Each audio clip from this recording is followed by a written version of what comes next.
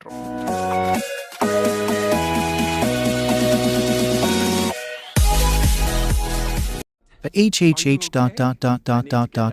one hurts. I had so much anticipation for Renfield strictly off the trailers, but it really does end up being a massive disappointment that's held back by a messy script that doesn't explain certain moments, but also due to a subplot that is just flat out pointless and brings the main plot down. Whenever Nicolas Cage is on screen as Dracula, this film is very much entertaining as he's living out one of his dream roles and delivering the perfect balance of his over-the-top mannerisms, but also a truly intimidating and scary take on Count Dracula. Would have been a great movie if it weren't for Awkwafina.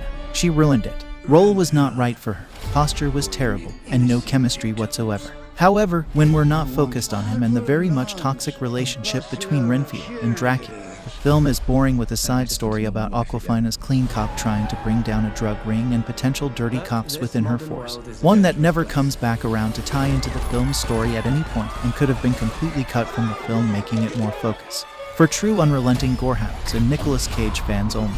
Nicholas Hoult is the title character who has been a very unhappy and victimized servant to Count Dracula for decades as he tries his best to please him, but he still gets narcissistic bully treatment from him, and he then joins a self-help group, falls in love with a New Orleans police officer, and becomes entangled up with a crime mafia family.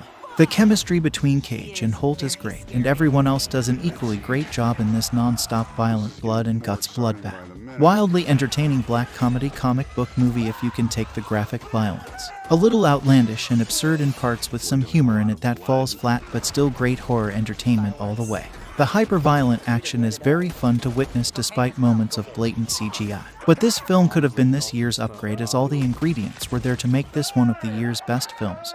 But instead this is held back by various things. And knowing that it comes from Chris McKay, who directed the excellent The Lego Movie, makes this one hurt even more. This starry vampire caper borrows from the best bits of Hollywood monster movie and features some truly resplendent gore, but its tone and its morals are a bit off.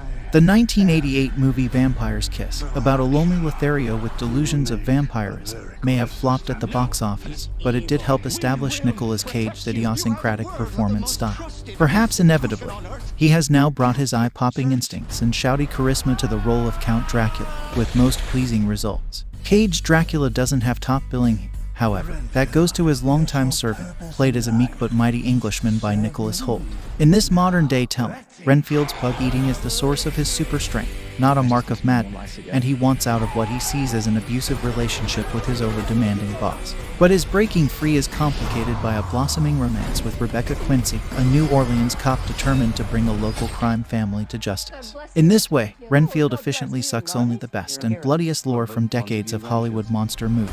A black and white preamp, in the style of Bela Lugosi's 1930s heyday, nicely sets up the master-servant relationship, while the whole life-force-draining monster metaphor is comically reinvented for Renfield's therapy support group for victims of narcissistic personality.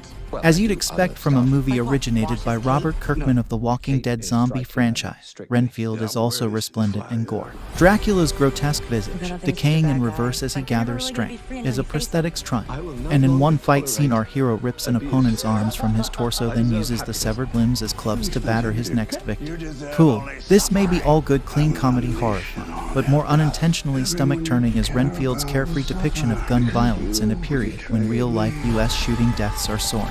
Gun massacres are fine in this film, but snogging, not so much. In fact, Renfield is so coy that romantic leads Awkwafina, and Hoult barely even hold hands. Don't make it a sexual thing, is Dracula's prim instruction after requesting a busload of cheerleaders to feast on, and, as usual, Renfield meekly complies. It got 64% on Rotten Tomatoes, 6.9 out of 10 on IMDb, 7 out of 10 on IGN. In my opinion, if you're a hardcore Cage fan, I'd say go see it for his performance alone, but be prepared for him to not be in the film as much as you'd like. But I'd say this is one you could easily wait to watch on streaming.